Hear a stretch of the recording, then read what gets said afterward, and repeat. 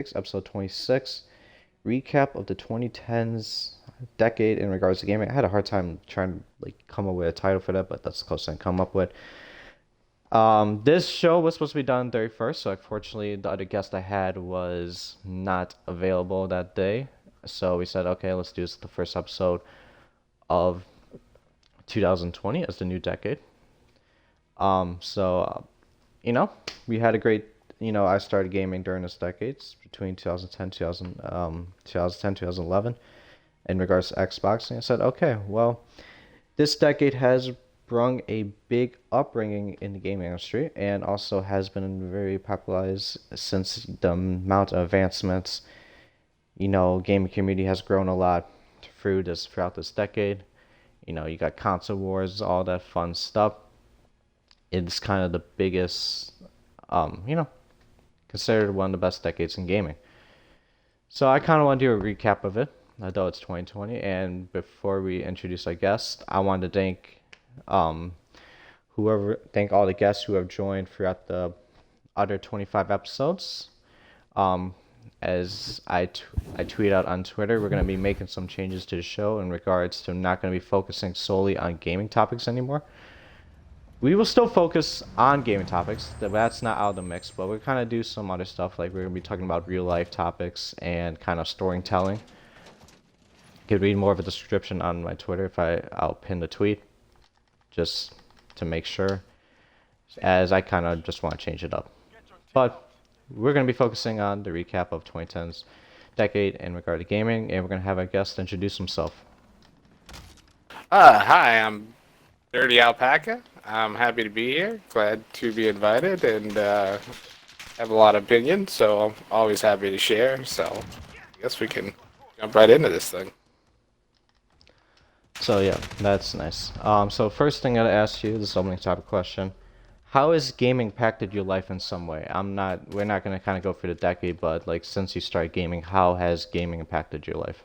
Well, actually, I kind of want to go all the way back to this one because when I was younger, and I'm older than most that are probably gaming right now, then I'm 32, 33 this year.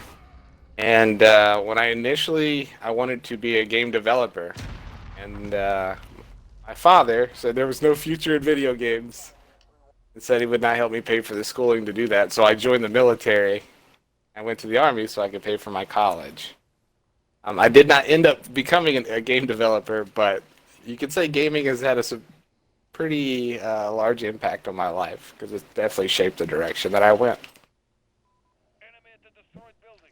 What, why did you want to become a game developer in the first place? Because that's interesting to kind of hear that. Do you an older game, SOCOM? I wanted to work on games like SOCOM and tactical shooter type games. I really enjoy the team aspect. Call of Duty is fun, but it's uh, as a casual fan, it's not as team oriented. You just kind of run and gun, and if you got better skills, you can usually win the match. Where games like MOBAs, you really have to work together. I enjoyed that, and I wanted to create something of that nature. So just military didn't really help. Did you ever try to go back to college for that dream? Were you I planning? never did. I became an air traffic controller, and then I started working for the railroad, and so those two pursuits just kind of took over. But would you want to work it in the future, just say in the next couple of years, if you wanted to, especially how gaming has improved? Or is it just not just a little bit too late for you? I think it's a little too late. I got a lot going on now. A career change would be pretty detrimental to me financially at this point. Makes sense. I'm stuck in my roots. So we're gonna get into so the things we kind of talk about. I actually mentioned my gaming history, my how gaming has impacted my life. Might as well do.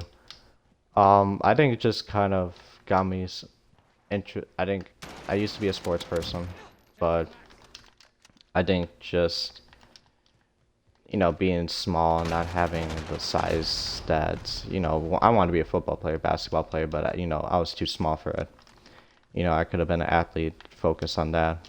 But I think gaming has kind of really since it got me a hobby that I'm really interested in, something I really love to do, and and now just kind of today, I wish I was like a professional esports player, kind of really working something in regards to gaming, maybe in Activision developing like a Call of Duty, but you know, it also kind of got me a little bit more social, since I think back in like I wasn't really that much of a social person.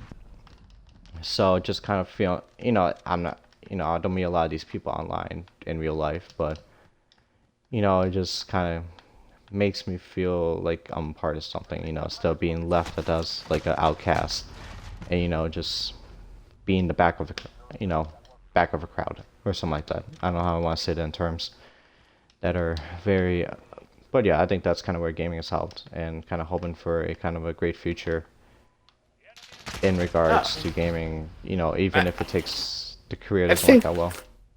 I think that's actually a big impact because there's a certain sense of security. It's easier to open up a little bit online.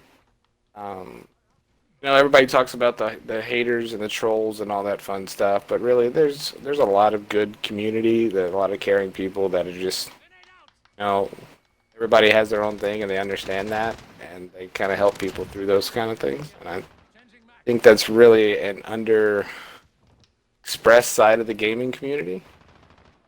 A lot of people talk about Call of Duty and the negativity and all the trash talk and all that kind of stuff, but there's a lot of friends that have been made and a lot of people that helped other people through gaming. So Yeah, a it's lot pretty cool. of relationships that would not happen while gaming, even some of those people gaming relationships you can actually do in real life. If you go to like a tournament, something like you can meet those online friends that you have bonded with. It's kind of a different. It's kind of different than like other scenes. Well, you can do it in other like sports and all that, but it's a lot easier through this way. Mhm. So first thing I want to ask you is how has the gaming industry gr grown during this last decade? Well, I mean, you just look at the esports scenes in general. There's so much that's been going on, so much money going into these tournaments and things like that. That's usually a good sign of how much it's grown. E I think I watched a documentary on esports the other day, and I think it was a League of Legends championship, and more people watch it than like the NBA Finals and World Series combined. It was something ridiculous like that, and that just shows you how much interest there actually is. If you'd have said 20 years ago that people were going to watch other people play video games, I think people would have laughed at you. But now, it's actually a household interest. I probably watch Twitch more than I watch TV. I'm a big sports guy, big Longhorn fan, big Texans fan. But I probably watch more streamers than I do actual TV at this point in my household. I would say it's grown quite a bit. I think I like that point where you mentioned about esports. Yeah, you can make something out of it, especially how much, it's made a big impact. Yeah, there is a lot more watched than some NBA games at points, which could have been shocking like 10 years ago or 20 years ago. You wouldn't have expected that. I think one more thing I want to say about the gaming industry is it has advanced. Now overall, like, you have this improved technology, improved graphics. The player experience has grown a lot. You know, a lot more friendships and a lot more ways you can meet people. Um, a lot more careers made out of it. Developers, designers, all that fun stuff right there. I think just making some form of a career out of this now that, would have been hard a couple 10 years ago because the games were not fully developed, but now you have all these studios popping up all over the place, That's a good coming point. The all over. technology is there now. Yeah, so that's where you go for, it makes sense. You have all these new innovations that kind of make a difference with it. So next question I have for you is how is the, wait, let me ask you one more thing. We're gonna switch the questions up from what I have listed. How has the gaming experience improved during this decade as compared to the last? Now, Well, gaming industry, I meant like overall gaming, but like what I mean by experience, this it might seem confusing for some, but what I mean by experience is your overall experience, like for every player's experience. How is it improved? Like when you're playing the game. I think accessibility um, has improved. Obviously, the graphics of everything with the technology has improved. Um, that people are more innovative. They have more tools, so you're seeing a variety of games. But with that, I do feel I have concerns about the gaming industry right now. Not that it's going to fall off or anything like that, but I think a lot of your major publishers, your EA and Activisions and things like that, one had a little bit of a greed issue, but also they have, think the think a lot of your big publishers right now are really focused on deadlines, whether the game is ready or not. I think Anthem is a perfect. Well, Anthem's not a perfect example because they had a long work time on that. They just didn't do it right. But they rush games out to be that regardless if the game is ready or not. And I think there needs to be a focus on quality over quantity from them. I really going into the next decade are hoping to see a lot more from indie developers. I think you're going to start seeing a lot more that are maybe not so much graphic intensive because they don't have the resources, but just the general gameplay, the mechanics of games improve from indie developers as they bring something unique and new to the table. Um, Overall, the gaming experience, I think accessibility, I think the crossplay is going to be great. I'm going to have to learn to play with a mouse and keyboard eventually. I think that's the way most gaming is going to go. Anybody that wants to play anything competitively with crossplay and mouse and keyboard access on PS4 and Xbox. Um, if you want to compete at a competitive nature, you're going to have to play on a mouse and keyboard. Controller is just not as viable of a tool, as precise of a tool as a mouse and keyboard. Yeah, I think the PC thing has increased a lot during this decade. I think I think the big thing about the gaming experience, yeah, PC has been dominated. Mouse and keyboard has been the recent hype, the recent meta. But I think the big thing about the gaming experience is how much you have improved in technology. Yeah, you mentioned about the crossplay. That is a big feature, is because that's what has kind of ruined games a lot. Like, there's Rocket League introduces in the past. Fortnite has done this recently. PUBG, Call of Duty just done it.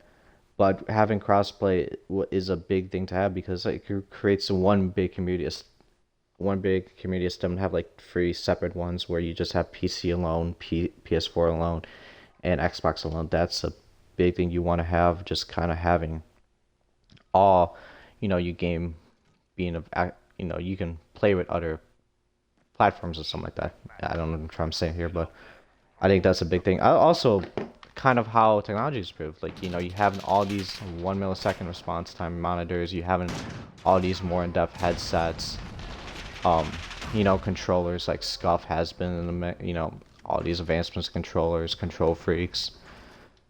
Yeah, You there's a got lot more, of there's a lot of something that's been third-party kind of new. architecture out there right now. Yeah, there's a lot. You got the streaming cameras, you got the streaming mics, you got Blue Yeti. You got console improvements. This year, you're gonna see a new console. You also got the new console release back in 2013.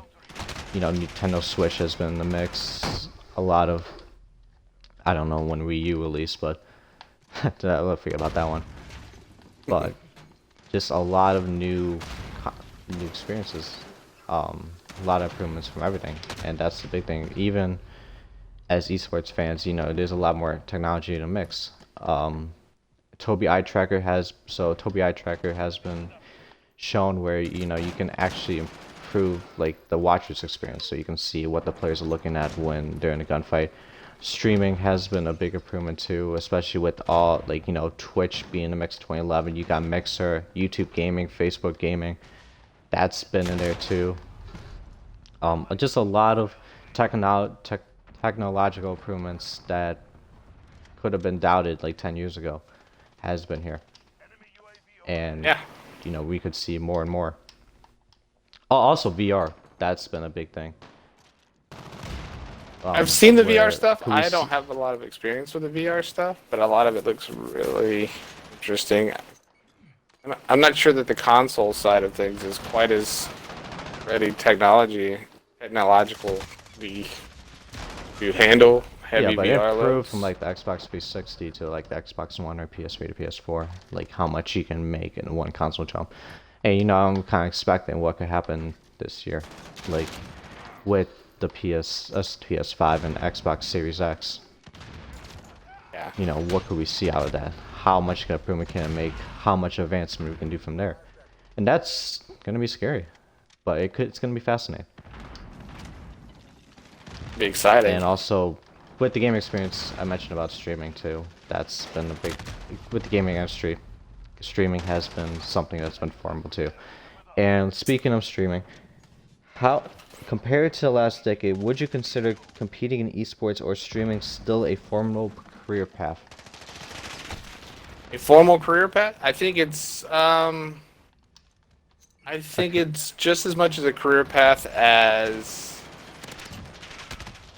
professional sports or television.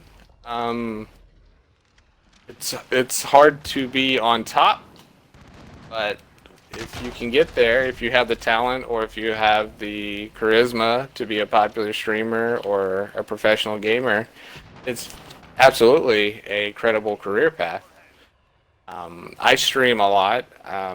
Not a big streamer. I have like 6 subs and have 8 or 9 people. And I've been trying to play competitively in Smite for years now, and I'm a mediocre mid laner, but I do what I can.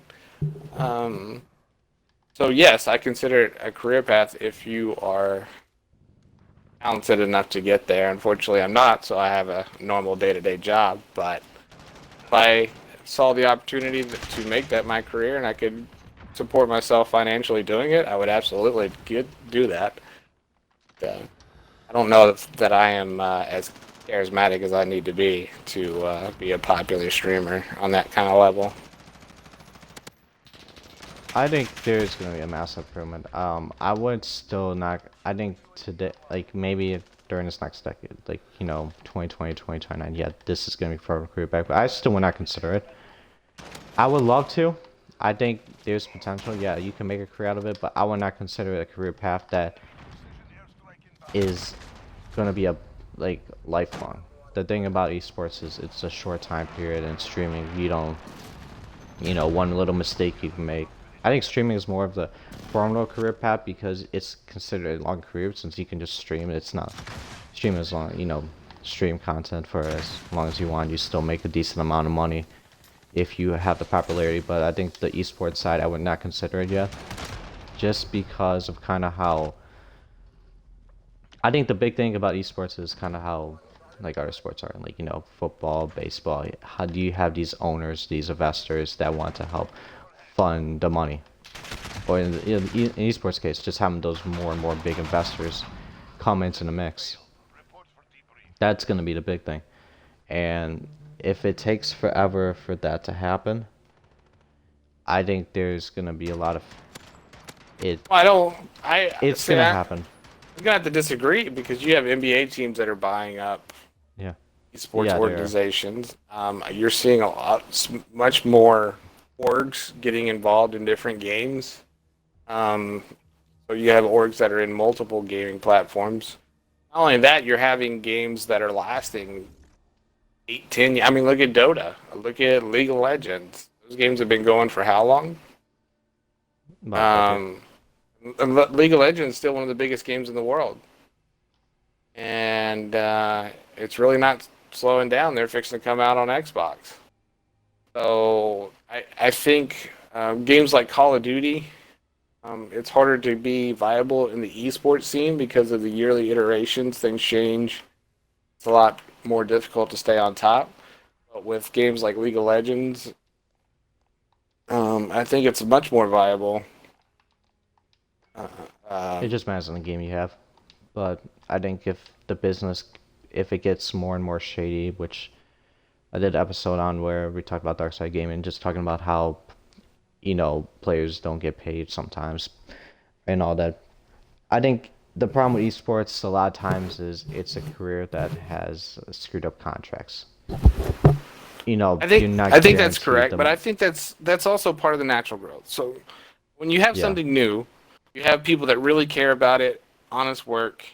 They just do whatever they can to make it work, and everybody's honest. It's a smaller community, and then as it grows, you get investors, and investors want to get their money in it, and people get a little greedy, and then from that greed, regulations develop, rules, you know, how to handle all of this, how to prevent certain greed tactics. And then once those guidelines are initiated and you get those rules developed, it's kind of the stage that we're in right now in esports is we're trying to work out how the contract should work, how things need to play out to protect the players and the orgs. And once you get those ironed out, then you have a full that's what blown I was pro to see. scene. Yeah, but I think just also having an organization like a foundation. How you have basketball, you have the NBA, like having like a found like a worldwide. I don't want to say dedication, like league, like a body of government, or some say, but I don't know how Yeah, that will I work. agree. I think that's where it will have to work out. But if it does, if it does approve where you have less issues with, you know, money, uh, fixing, match fixing, money, contract issues, I think there's a case where it can be approved, and especially with how esports has been blowing up, there's a case. But I wouldn't expect it to kind of be early yet, like kind of expecting it like in the next couple of years where it'll be a formidable career again. There's a lot of youngsters. I think colleges still will be the path for kind of more preferred if it doesn't blow up fast, like for I streaming and esports. I But think you're at a stage now where a lot of generation, the youngsters that you're talking about, that generation of the yeah, initial esports scene are getting older now and understand how the world works. They're not 13, 14, 15 years old anymore. They're 22, 23. A lot of them have degrees and they're starting to understand why certain things are the way they are. And I think as though that generation of gamers gets a little older and understand things a little more, they're going to be able to help develop esports scene to a higher standard and hold it to a more professional standard. And the production values and everything that goes around sports, not just the players and the orgs themselves, is also increasing. So as more investors and more talent pours in from those sides, I think you'll see a lot more. I mean, you're already seeing a lot higher production standards, and you're seeing new games come out with a built-in spectator mode that's designed to be streamed and watched. I mean, yep, like when Overwatch came out, they have a great production value on their spectator. You take a game like Smite, which is a game that I play a lot, but the spectator on it's actually pretty terrible because it was just kind of an add-on to the game. It wasn't an initial, oh, we want this to be an esports game. This was just we're making a game, and then hey, we kind of figured we needed a spectator so people could actually watch this, and it shows in the quality of that spectator. yeah, I think just kind of matters in the game too. If it can be intriguing, like if you got games like League of Legends, Overwatch, Dota.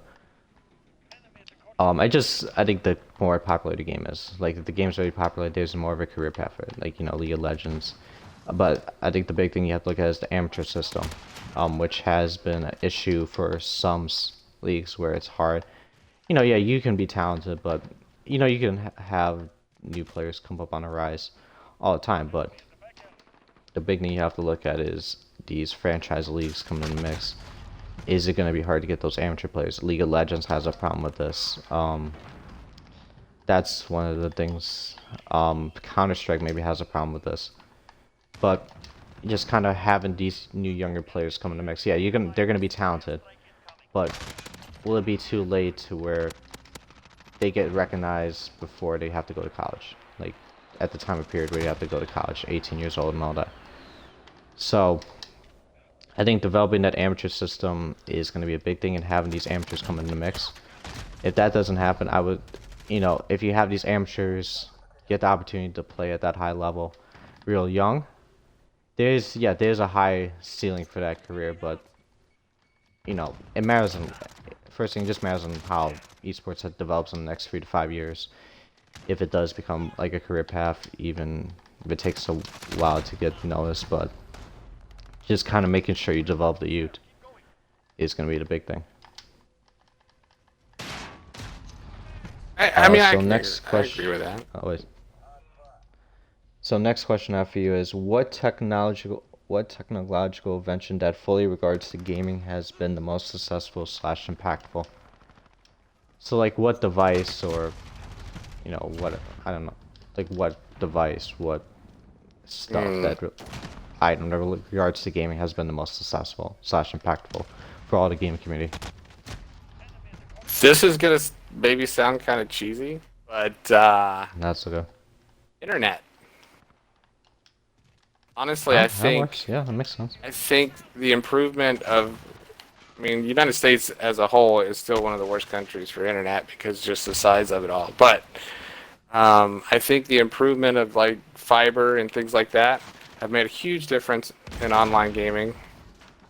Will continue as it improves to increase, and especially something like Call of Duty when you got milliseconds matter, and everything's quick twitch, and you need a fast internet to really reliably play the game. And I think as that improves across the country, you'll start to see more and more. I guess less. I should say less lag time, and an improvement in the video gaming industry, and that will also help spawn more competitive gaming. I like that. I don't think that was corny because it did make sense. Like you have all these new router, there's new routers that have been introduced, like Nighthawk. That's been one of the companies I know that does improve the game. Like that's not a bad answer. Yeah, and that's been a long time. It doesn't, like, maybe someone else hears it's like, wait, what the fuck does that mean? But you do have new routers being in place that do help improve the gaming experience. And also these new Wi-Fi, improvements from AT&T, T-Mobile, Verizon, Xfinity. That's been a really big thing because again, you And I don't want to think lag too much.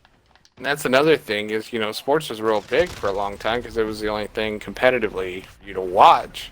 The accessibility of esports is what's going to keep it to keep growing because, luckily, like you said, you were an athlete. I was also an athlete. I had a scholarship for baseball, but not everybody is very physically gifted or able to do that. Where everybody can play Call of Duty. You may not play it at a high level, but you could play it and understand the game and understand what's happening and be impressed by somebody who can quick scope really well or something like that. And if you're not able to do it yourself, or whatever your game is, it's a lot more relatable, I guess I should say. Whatever game you understand and whatever game you play, it's really easy to get involved and enveloped into that game, which makes it fun to watch. Makes sense. I gotta go with a different answer. I think this, like, trying to come up with like a technological invention. Thinking VR doesn't make sense. But I mentioned about the monitor. I don't know. It's kind of hard. I gotta go with the monitor. I don't know. This might sound odd too, but I think your answer's probably gonna sound a lot better. I think the monitors, like the 1 millisecond response monitors, those are really big, especially when you combine it with internet. You have good internet, but your TV, like you're playing on a 32-inch TV. It's no point. I think having a combination with those 1 millisecond response monitors, and also another thing that I think could work is also an improvement in the PC sides. You having all these new, NVIDIA, you know, like all these new PC-based products that help the PC experience overall with streaming. Like, that's the big thing. You can, Tiger? your PC works perfectly too. Your PC works better with performance, but it can also help you stream, play competitively, and all that. So whatever parts that have been created to help enhance the PC as a gamer, that's been a big improvement. That's been another thing that you have to notice. Yeah, that's a good point too. I know that I used to play on like a 55-inch TV and thought that was the greatest thing ever, and then realized that I was playing at a disadvantage and didn't even know it for the longest time. And I finally got a monitor and understood the difference and the reaction times, and it makes a big difference. Yeah, I'm playing on TV still. Unfortunately, I don't have a monitor. But so next question I have for you is the most influential gaming personality last in the 2010s decade. Most influential gaming personality. Like for me Person. personally, or We'll go um, overall. You can go you can go personal then overall. Who you think it like is the most influential? I you know that's a tough one. There's a lot out there. I'd probably go with Doctor Disrespect because Hmm. he's the first person that I realized who actually created a persona, created a character, and he plays that character every day. Um, and that was the first time like that I realized like this is a show. This is entertainment. A lot of streamers you get like Shroud. I like Shroud a lot, and I enjoy watching Shroud. But I watch Shroud for his talent.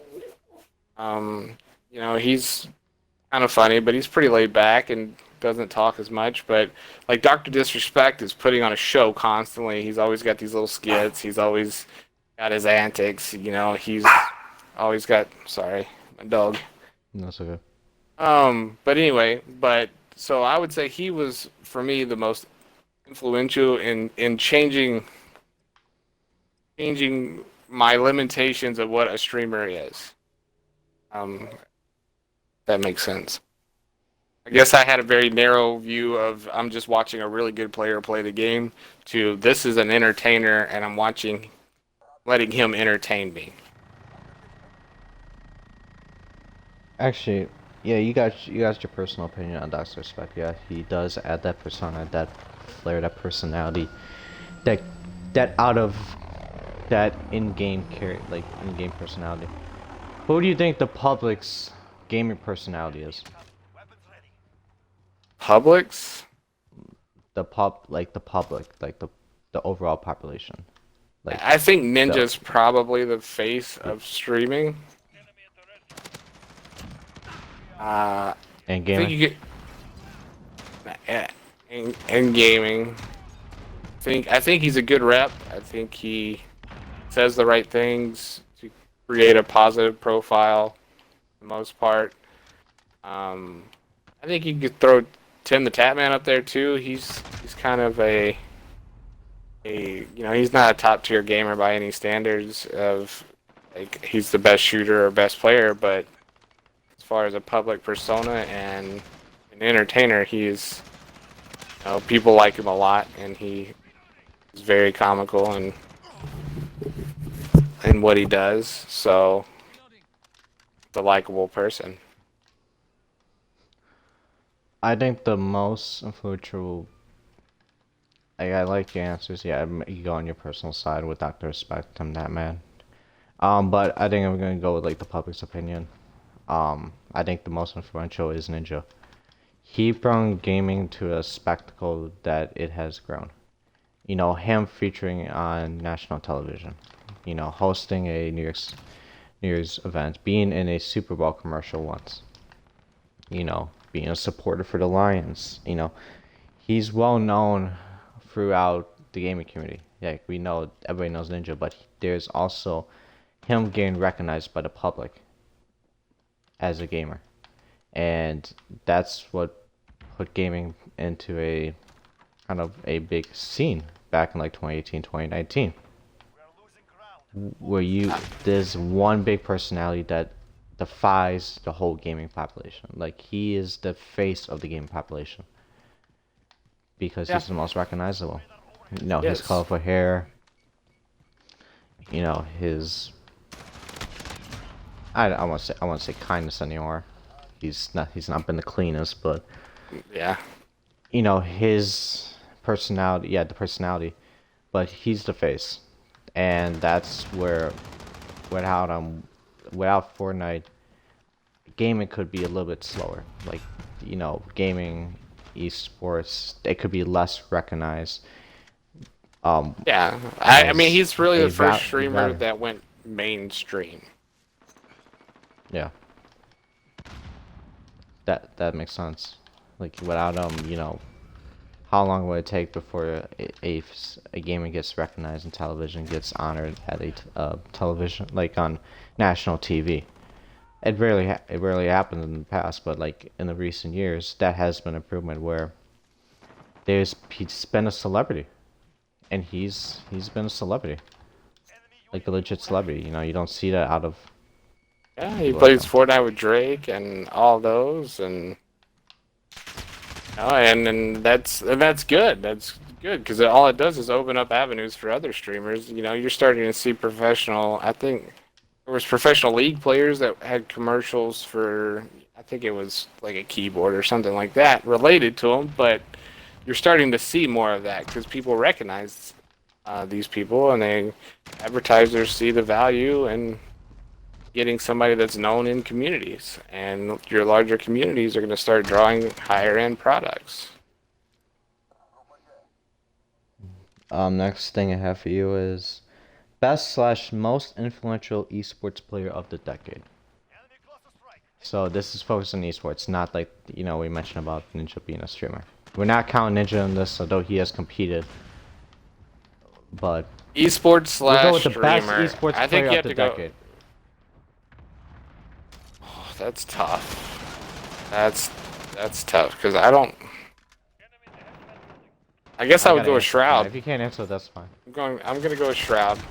What he did in CS:GO was pretty phenomenal. You could also go, Yeah, even he didn't win a major.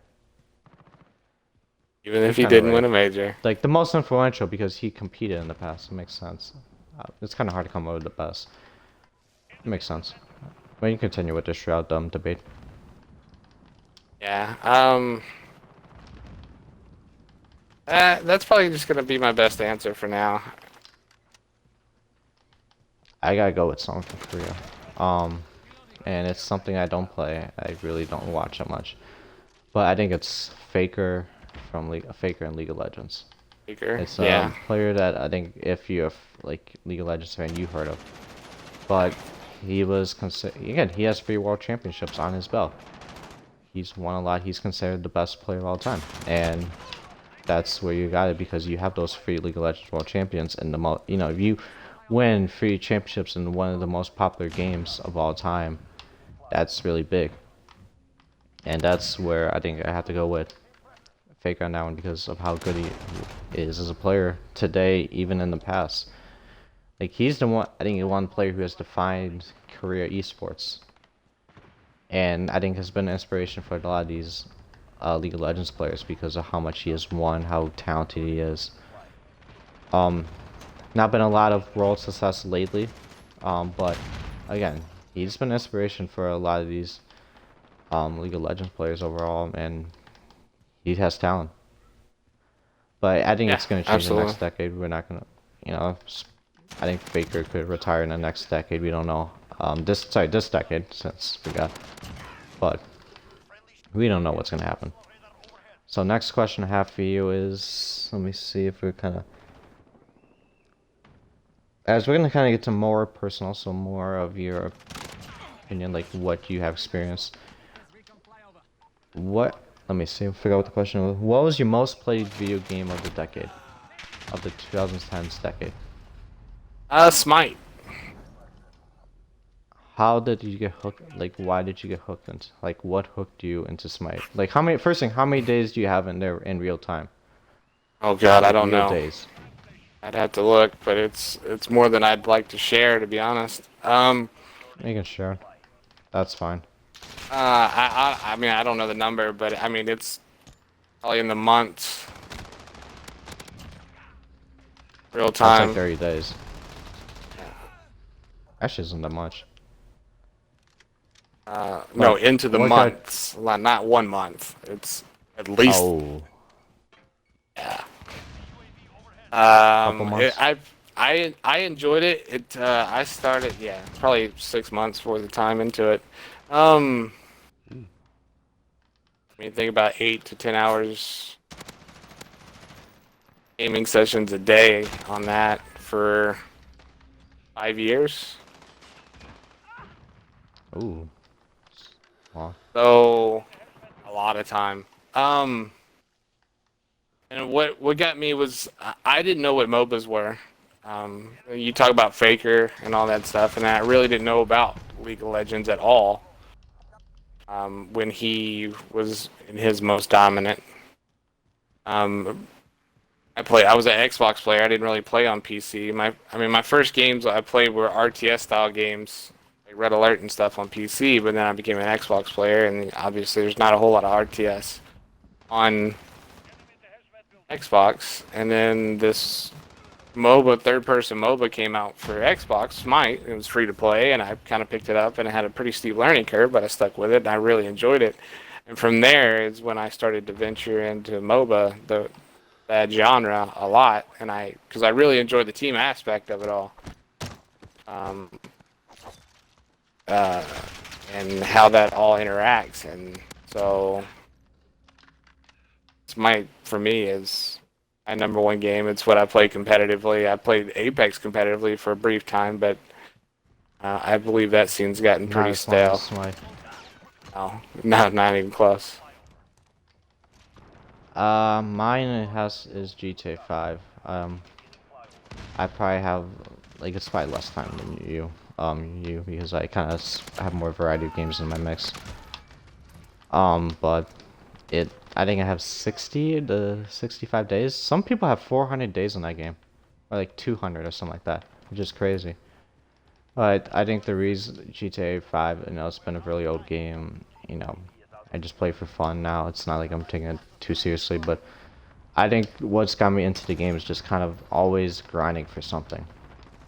You have all this money, you always want to do, you want to get a car or you want to buy this, that, you want to get a business, and you always have some to grind for.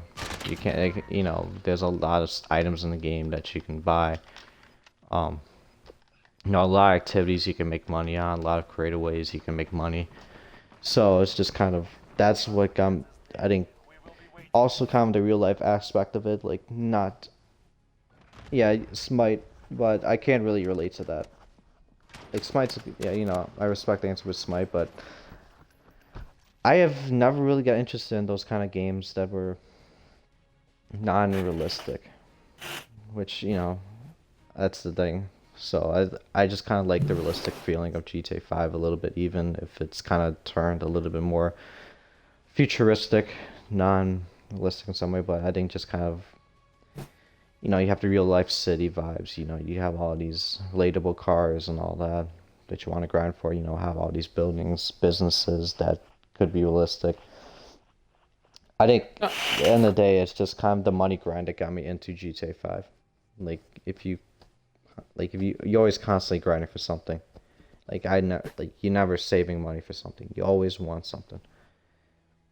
And that's kind of where GTA has gone. And it's a game you can never get bored. You can sometimes, like recently, I just haven't.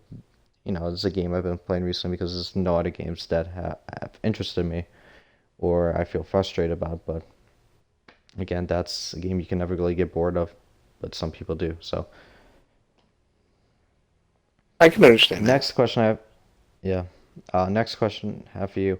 Of all the video game genres, which one has been the most popular to play by the public and your favorite to play during this decade? Um, my favorite to play, honestly, is probably Battle Royales. Even though I don't believe there is, I think Apex is the closest to a great Battle Royale. Mhm. I think PUBG's style is my favorite, but I believe that that game is just bugged and flawed to the point where it really takes away from the game. So Apex is probably the cleanest battle royale out there right now, even though it's pretty stale. And what it has, I mean, it has its own flaws. Don't be wrong, but and then after that would be MOBAs and RTSs. Just enjoy the strategy aspect of things. How about the public? What do you think the public's favorite video game genre is? Uh, At the Public? like during the decade, or we can during the decade? What do you Well, think it could be? I think it's probably Mostly. casual shooters. Makes sense. I gotta go with the same thing. I think for both of mine, just like with the shooters, again, it's something that you can always improve on. You know, yeah, you can also improve in Smite, League of Legends, all that, but I think it's just kind of fun. I don't know. I think it's just always a competitive drive with shooters. It's never gets boring. You can't really And take it it's casually and sometimes. it's something you can just kind of pick up and put down as you have time. So I think there's a lot more accessibility. Where MOBAs, you kind of got to grind. You gotta stay with it because you gotta understand the new metas and the things that change constantly. Where with like Call of Duty, you just kind of pick up a gun and start shooting, and do halfway decent still without really following the game. True. I don't know. Just again, it's always the most. Also kind of more realistic on the setting. I think battle royales have been improved. Like like you think third-person shooters or first-person shooters are the most like popular? Like which Uh, you? I think first-person shooters are the most popular. Yeah, I probably got same thing too. I'm just curious with that one.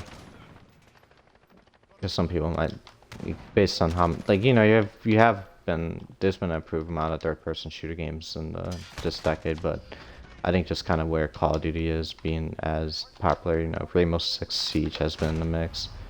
Even Apex Legend, considering a first-person shooter, PUBG a little bit, whatever setting you choose. I think that's where you have to go with it. There's been not a lot of popular first-person shooter games either, so.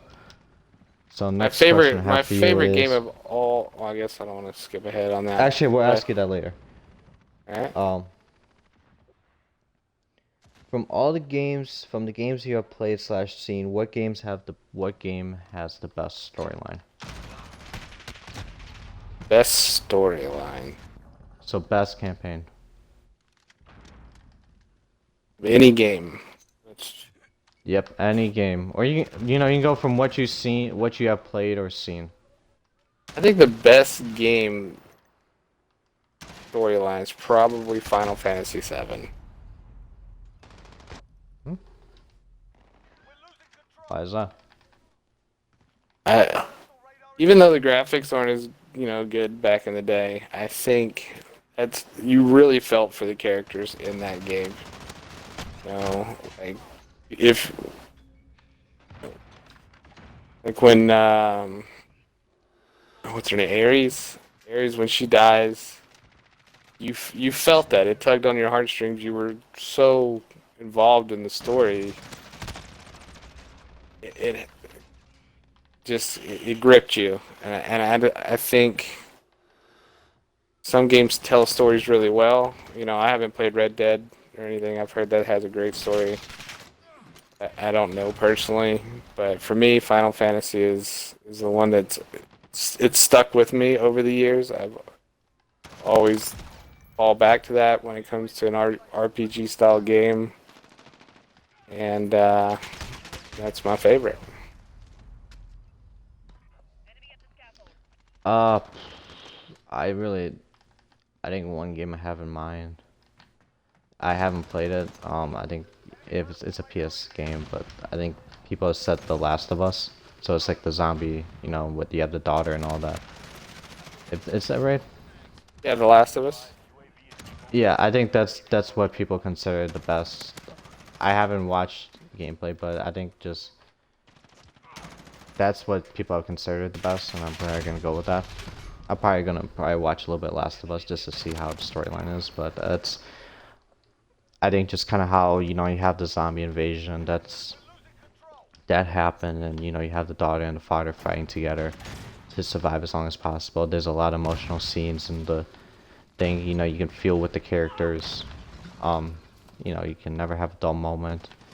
There's always I think also mention what how you mentioned about Final Fantasy VII. You have emotion. That's a big thing you want to have in storylines because if you don't have really emotion, it's not gonna last a long time in your heart and all that. It's not gonna have a lasting effort. So it's kind of a good thing you kind of mentioned about emotion, and I think The Last of Us has emotion in the game. Red Dead has been another game that has been popularized as a kind of another story-based series that has played out to be really good, like really great. Again, I haven't played both of these games, but I think it has the same thing where there's a lot of devs. John Marston, I think, was one of the most influential characters of the decade. I think it's a character everybody knows because of his great role in the game, whoever the actor plays as. But I don't know, that's kind of where I have to go with it. Just kind of The Last of Us.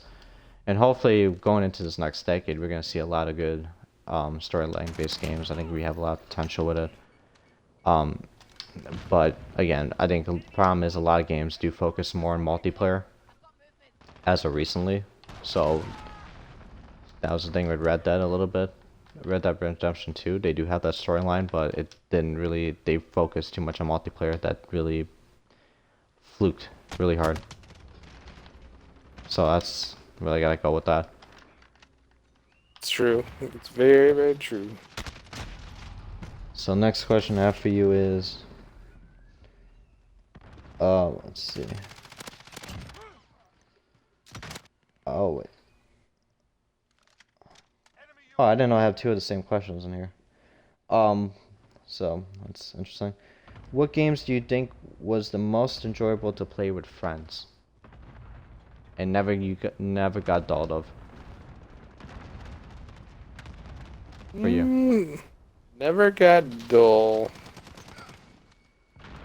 Like you can enjoy yourself. You don't have to try super hard, but you can enjoy yourself with friends and all that. Or you can try super hard and have fun, but it matters on the person. So this is a game I used to play with a buddy of mine all the time, and it's just a little indie game, but it's called iDarb. It's hard to explain. I've heard of it. It's kind of like a side-scrolling soccer game, almost. But that game is a blast to just play and have fun and not take seriously. It's I think it's might be free on Xbox at this point, but it's like 8-bit. There's nothing to it, but it's super fun to play. I think that's probably the most laid back. I never got bored. Game that I used to play with friends. It's kind of a wind down at the end of the night type game. So it's a little more chill. But definitely a chill game. I think I had to go with Black Ops 2. That's used to be in middle school at that time, but like that was a game where it was always enjoyable to play because you had the search and destroy game chat lobbies. You had quick scoping, trick shotting. You had a lot of these custom games settings. Party games. It was a fair game. It was enjoyable, and it's a game. You can struggle a little bit, but I think it's a game where you can. Black Ops 2 is always going to be a classic. It's always a fun good game play. to. Yeah. But it's also just another game where you can just go from home from school and just play that a lot. You know, it's always a game that it's something that it's some people don't. It's always a hobby that you want to do. Just go home, play Black Ops 2, and you see the rest of the boys on. Like you always see someone on there from your friend group, that wants to play Black Ops 2. That's the great thing about it. It just And also, that's a you know, perfect with this. example of of mechanics over graphics, though. I think that we have kind of gotten away from is because Black Ops 2 is older now. The graphics aren't as great as some of the newer games, but the gameplay mechanics of it is so well done that so much fun, and it holds up the test of time. True. And you wish you had you wish you had a game similar to that, like where you can just go home and you can expect a lot of people. You can always have a fun time, even if you struggle a lot. You wish you can have some sort of game like that happen again, in, like the Call of Duty series, like where you don't have to worry about competitive so much. You can just always have fun. You, you can always have a laugh, have a drink.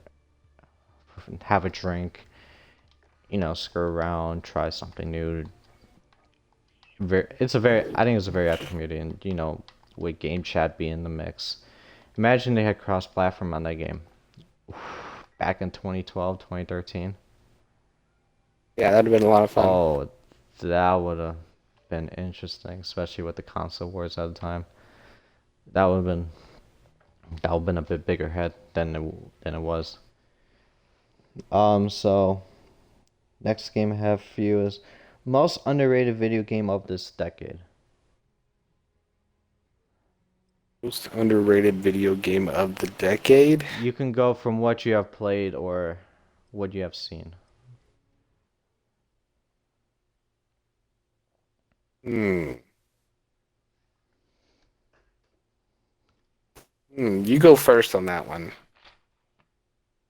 Okay, let me drink this water real quick. I gotta go with Skate Free. I just re-downloaded like a couple days ago, and I don't know why. I don't know what got me into Skate Free, but that game was enjoyable. I it was it was very good. It was very smooth. You can always try stuff with friends. You can always improve yourself with skateboard tricks and all that. And it was a very underrated game. But the thing is, they never released a Skate Free game in about 10 years, like a Skate series game in about 10 years, and that kind of really sucked. You're gonna have a new game called Sessions that's gonna be Xbox based, releasing in a couple months, but it's not the same. And that's the thing. It just kind of sucks that that game series has kind of disappeared from EA. Again, EA being really strict. But I think that's a game that I wish I played more, but I feel like it was underrated. It didn't have that great storyline. I'm not expecting a great storyline, but the online experience you can never really get bored of. It's You can fair. never really get too angry of. So that's where I gotta go with it. I'm gonna go with Battlefield 4. Hmm. Interesting. So it's the more modern one. A little more Wait, modern. is that the one where the skyscraper falls down? Like it has a Chinese Yep. one, or is it like a Battlefield 3? No, that's 4. From what? Oh, it is 4. Well, you've Why is had that? Battlefield 1 and Battlefield 5 since then. And I Oh. just think the mechanics of that game, mixed with the gameplay, mixed with stat tracking that you have, is top tier and honestly unmatched in recent Battlefield. I think Battlefield 1 was okay by the time they finished it, and I think Battlefield 5 is pretty much trash. Uh, Battlefield 4, they got it all right. The game plays great, sniping on it's great, the running gun on it is great, the mechanics of the vehicles are great. Um, just the way that they've done everything in that game is they did a phenomenal job. I know that it had a rocky release and it was real buggy at first, but it didn't take them too long to get it all fixed up and one hell of a game and with great maps and Uh, and really, I mean, it's still got a pretty dedicated community. A lot of people that still just play BF4 over the modern versions of the Battlefield. Makes sense. So most overrated game of the decade. Most overrated I'll game go. of the decade, Gears of War. You want me to go first again? Oh, Gears of War? Wow. Yeah, Why is that? I just don't Is it see the is it a appeal. specific game or the series? It's the series in general, but I think you go with Gears of War 4. I mean, it's just I don't know. It's the mechanics feel clunky. I don't understand the appeal. Makes sense. Yeah, it's not. It's kind of really interesting how you have to roll and move for gunfights and all that. And that I think from pros they said it wasn't like Gears of War 3, which was really hyped up. You know, really was a really good Gears game. But adding it, yeah, it does make sense. It's a game very easy to compete in, like overall. But I don't know, it just doesn't really have the big player base. Like it doesn't really get a lot of hype, but yeah, it does make sense where you expect the game to be good, but I think with the Xbox release and kind of a little bit quirky, you have a lot of odd stuff in the mix. Odd mechanics, yeah, it does make sense. I gotta go I with mean, Titanfall. oh, It is, I remember, like, you remember this game a little bit. I do It remember the is, game. yeah, I'm going about it. I'm gonna go with Titanfall 1. I'm not gonna go with Titanfall 2 because that's already, they expected it. They were kind of expecting, but I remember that game being played so much at the start. It was Xbox One based, it did have Xbox 3, but it was the first big Xbox One game released. That was kind of its appeal. I remember a lot of people have been playing it because of its movement, its gunplay, but it didn't turn out to be as popular as it was after the release. I think they had a lot of issues. I don't really remember what issues happened. Don't I remember really what. think biggest issue I had with Titanfall was the lack of Titans. You didn't really have Oh, much that for was the thing. Yeah, I options. remember that because they only had like free on both Yeah. sides. So Yeah, that was a. Sorry, continue. other than that, though, I thought the mechanics of the game was pretty good. They just didn't release enough like player character options during the Just you game. just didn't have enough variety in what you could and couldn't do. How there was a problem with the maps too. Like I think some of the maps were like really huge. I feel Yeah, like you some of had them were like big, fast but movement. I don't think that's what really killed it. I just think they didn't release enough variety with it, so you could play different styles. You're basically a sniper, a running gunner, or a big tank, and that Yeah, was all. That that's was basically all you had. You didn't. There was no in between. yeah. I think that's again that game had so much potential. It was really hyped up and didn't live up to it. You Now could we're gonna say go Anthem into was in final that two boat as questions. well. Oh yeah, that's someone talked about it. It was just EA does not create the best. Well, the Titanfall is Respawn, but EA as a organization developer that is not the best of series. Yeah. It's never good because there's always issues. So last two questions. Worst video game of the decade and best video game of the decade. Best video game of the decade. And worst. You go answer whatever order you want.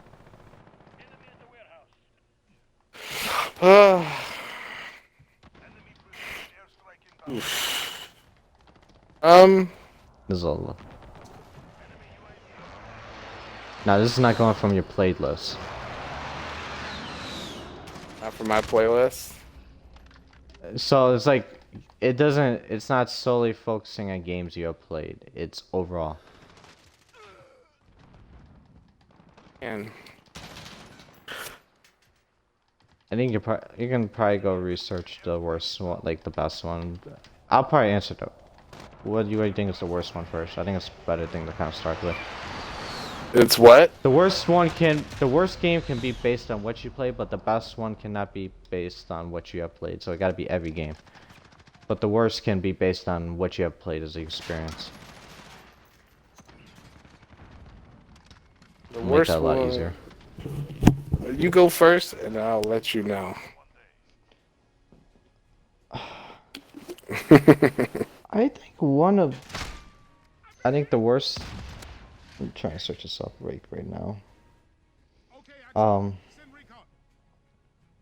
I think one series that I don't know. This is kind of hard. That is a tough one to.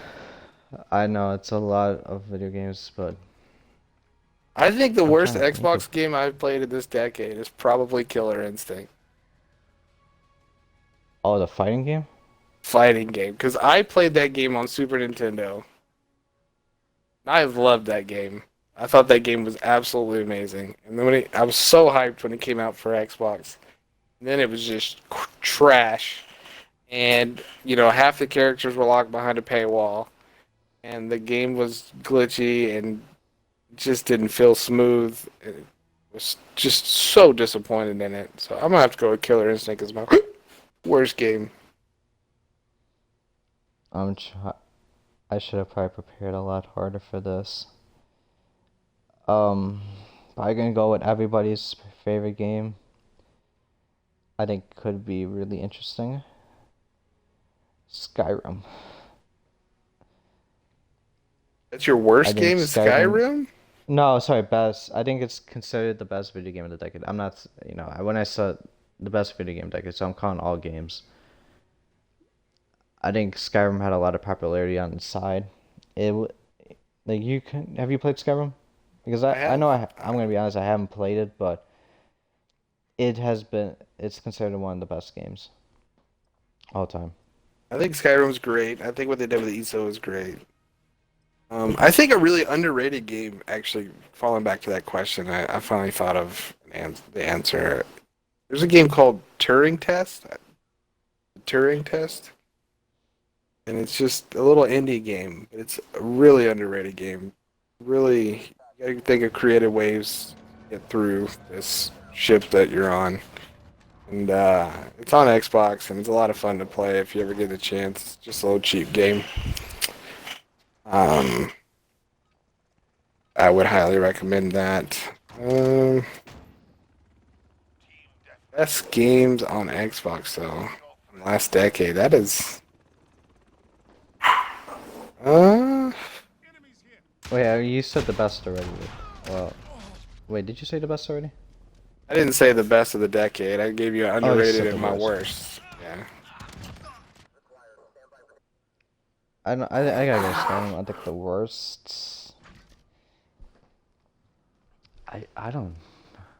From my experience, I think Call of Duty, World War II. That was a game I never really enjoyed.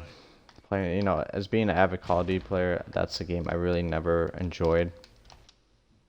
Playing, just because of how slow it, like how unbalanced it was, how boring it was.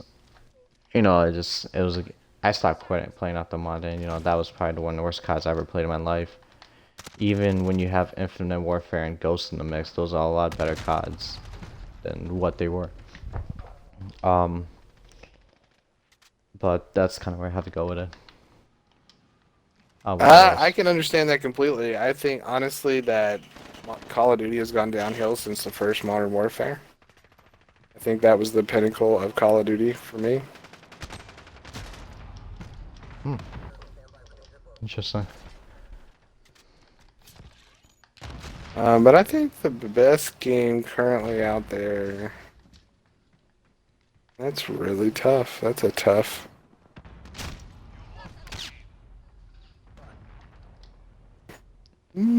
You Mm, kind of think of it a little bit. probably keep coming with more and more games, but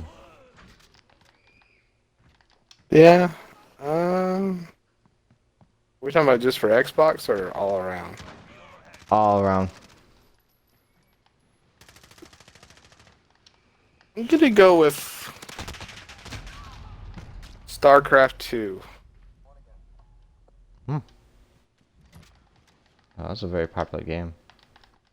Yeah, But that's. I really love what that got, game. Different why strategies. you?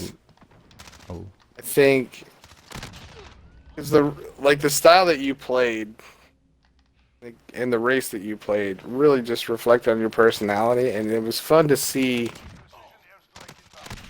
personalities clash, and see how they interacted and the advantages and disadvantages of each. And because you really couldn't just play every race and be good at it, you really had to dedicate to one race and develop your own style of what you wanted to do, whether it was Zerg rushes or, turtling certain locations and just, you know, basically winning on economy and locking down resources. It was just I don't know. I felt like it was just a reflection of people's personality coming through in each style of gameplay, and I really like that. interesting. So one more thing I have for you. Well, actually, one more thing I have for you. I'm gonna have one more question.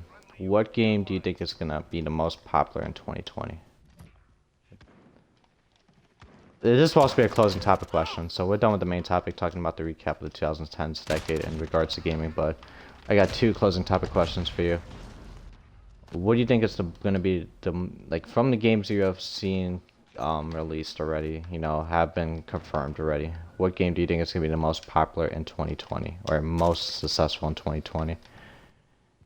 Or I think and it, we'll go with that question first. I think it's probably going to be Diablo, or I think people have been waiting for the As new Diablo for a long time, and there was a lot of disappointment when they announced the mobile Diablo. If they do get it out this year, I think it'll probably end up being Diablo. can you? I heard this. I've heard of the series, but can you describe it to me? Because I really like I heard of it, but I just never really understand it. It's kind of a looter, grindy looter. Um, Basically, descend to different levels of hell, and you grind for better equipment. And I mean, it's a top-down kind of style. Yes, I don't know. You never heard of That's interesting. Diablo? No, I heard of it, but I heard of the game, but I just never really understood it.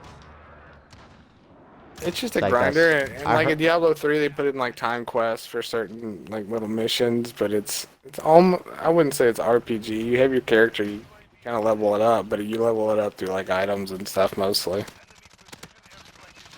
Um, it's a good time, fun, good game. It's been what 6 years, 7 years since the last iteration came out. We did that long. Hopefully, it brings a lot of hype um that fans been waiting for about 6 to 7 years since the last Diablo 3 release. I got two games. I'm gonna go with what I think it is gonna be, but I'm gonna go with the public's opinion. I'm gonna go with my opinion. Right? I gotta go with Cyberpunk 2077 as considered the best game of 2020. That's um you know from when I saw the storyline, the trailer, it was very fascinating. I feel like that game has like a potential to have a great storyline. But I think the game I have to go for as, my game of the year, I think Watch Dogs Legion. And it might seem interesting to you, because the Watch Dogs series has been critical, like somewhat odd. Like, Overrated? Watch Dogs 1 had the I think Watch Dogs 1 storyline wasn't too horrible. Watch Dogs 2 it didn't really live up to expectations. It was a little bit better, but again, it wasn't too much of a big improvement from the first Watch Dogs. But I think with Watch Dogs Legion, kind of, you're not being stuck. You had Aiden Pierce and Marcus Holloway as the main characters in the Watch Dogs series in 1 and 2.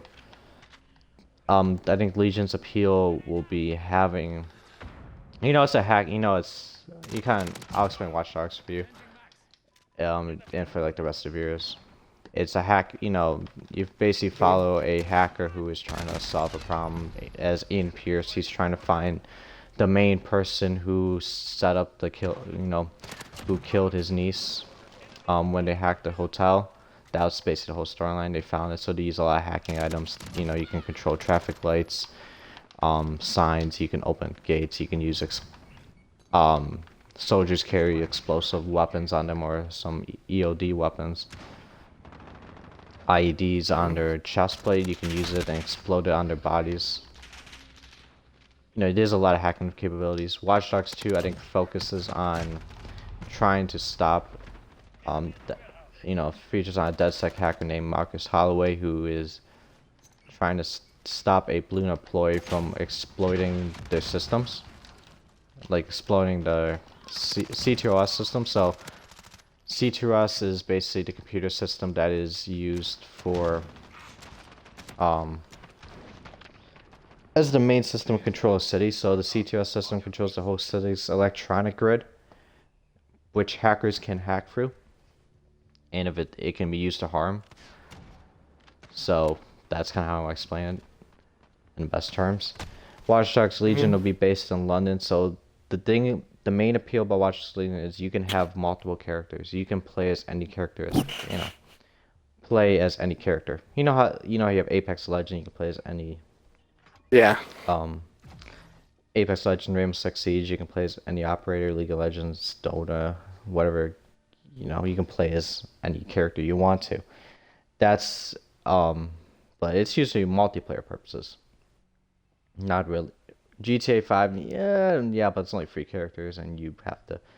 It's kind of forced sometimes, but with Watch Dogs Legion, you can use many characters. You can recruit characters throughout the city of London who are trying to stop the resistance. The resistance, like stop an enemy group, like an enemy, a government group that is controlling the city of London, but it does it for the worse. That's kind of what I explain enemy faction. So and you can recruit someone from a grandma, a MMA fighter, a drone hacker. You can have all these characters with different personalities that can be used in the storyline to help give you advantage or be used in critical situations. So I think that's the game I kind of know about the most. Another game that could be interesting is Rainbow Six Quarantine, because I play a lot of Rainbow Six Siege and I want to see how that game goes. But again, I don't know anything about Quarantine yet, so from the games I know, I think Watch the Legion has the most potential. From what I've heard, Quarantine's more like Wildlands, and it wasn't highly reviewed or well reviewed. It was actually, it was pretty buggy and not great from the people that I've seen that had hands on with it. I always thought Watch Dogs was. I never played it personally because it always looked like the Division, and I was severely disappointed in the Division. I was expecting so much more. Yeah, that's gotta be another. I did like Division, but I don't know. It just got really too hard. Like there was a lot of grinding for weapons. It was just grindy, and they didn't. There was no creativity to it. The harder levels were they just had more health and did more damage, and it was the same general mission over and over, just harder. The enemies just had more health and did more damage. It wasn't really anything creative that made it more difficult. It was just generic and really uninspiring.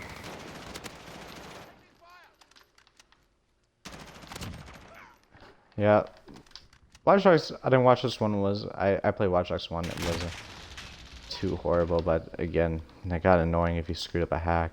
The missions were not too hard, to be honest. Like, you could barely die in that game. Escaping the cops was kind of a pain to do. Like, if you do get caught by cops in a mission, but yeah, Division, that game had, you played Division 2? Or did you only play the first one?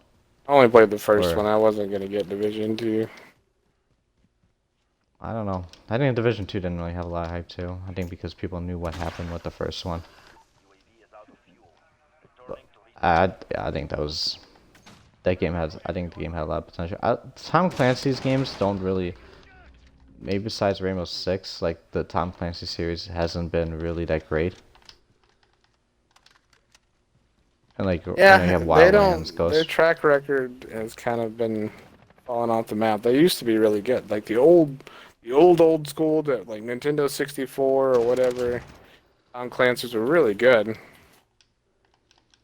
They were fun to play. The missions were creative. It was kind of like the first Modern Warfare. The campaign missions were really well thought out and a lot of fun to play. And you could attack it from different angles. And